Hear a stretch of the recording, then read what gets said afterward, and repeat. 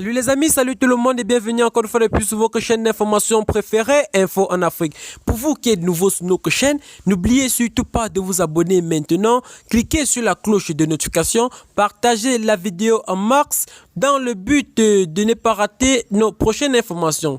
Et bien les amis, aujourd'hui nous allons faire un petit tour du côté du Mali où des mandats d'arrêt internationaux lancés contre d'anciens dignitaires du régime d'Ibrahim Boubacar Keïta sont sur le plan actuellement au Mali. Et bien les amis, pour plus tard dans ce sujet, c'est parti après notre petit générique. Bon visionnage les amis.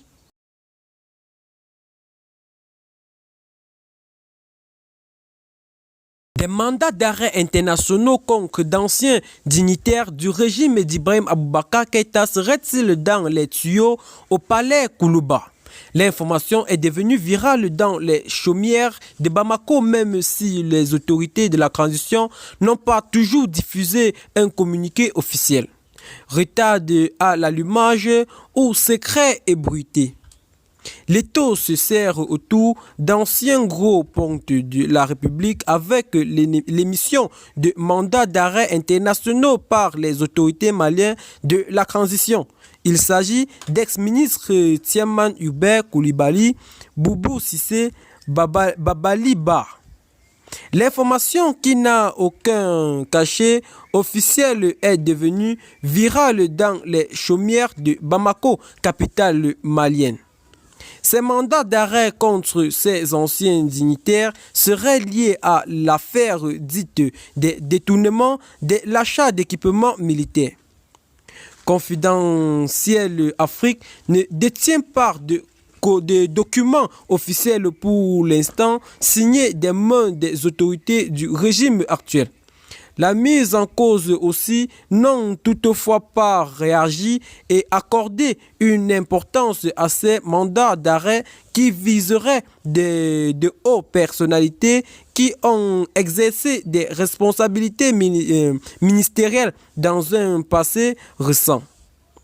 Du côté gouvernemental, les autorités sont plus concentrées sur l'affaire des 49 faux soldats ivoiriens qui défèrent la chronique.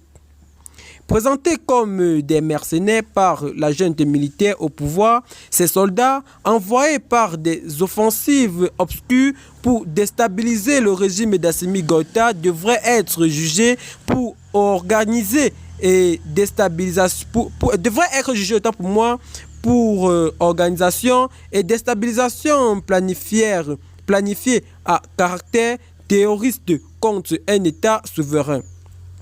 L'ancien Premier ministre Boubou Cissé, avec d'autres personnalités, dont le président de l'Assemblée nationale Moussa Timbine, les généraux Ibrahim Barirou Dembélé, Mbambe Moussa Keïta, Oumar Daro, et le colonel-major Fagiba Gansai avait été élargi par Assimi Goïta suite à leurs arrestations le jour du putsch du 18 août 2020.